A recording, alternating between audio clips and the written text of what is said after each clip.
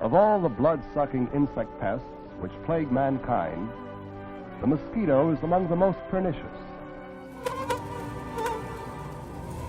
Mosquitoes carry some of the greatest threats to human health and security, malaria parasites being one of them, and viruses being other ones. And I think people around here are familiar with West Nile viruses.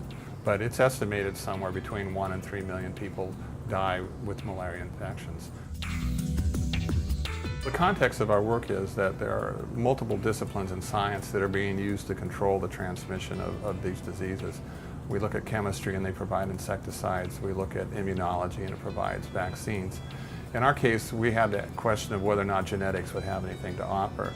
And we thought that using genetic technologies to essentially put genes into mosquitoes that would prevent them from becoming infected might be a useful way of developing a tool that could control transmission.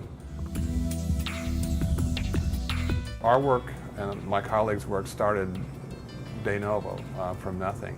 And so we've had major accomplishments. We're able to make genes that interfere with parasites. We're able to put those genes into mosquitoes in a stable way and then demonstrate that these mosquitoes are now resistant to the malaria parasites. And we're now working on the complex challenge of trying to figure out how one can get these genes into wild populations. And so the hypothesis that we're testing is if we could somehow build these mosquitoes that are resistant to pathogens and get them out into the populations, we will actually see fewer people dying and being sick. And so this is our approach. Well, here at the University of California, we have the largest collection of genetically engineered or transformed mosquitoes. We have a remarkable number of people who come here to learn the technologies. And certainly when the world has a question that they want to have answered in terms of addressing challenges, etc., we get the calls, absolutely.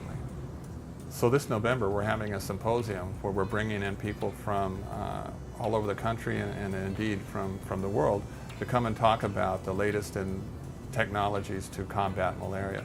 The symposium will feature aspects of vaccine development, vector control, and new methodologies based on genetics and genomics to come up with new solutions for malaria control. I think you'll walk away with a feeling of what the current state of development is in the tools that are being developed to control malaria. You'll walk away having the, up to the minute almost, account of where efforts are. This major disease requires new technologies, new ways of thinking, and the people that we have coming are excellent examples of this new type of thinking.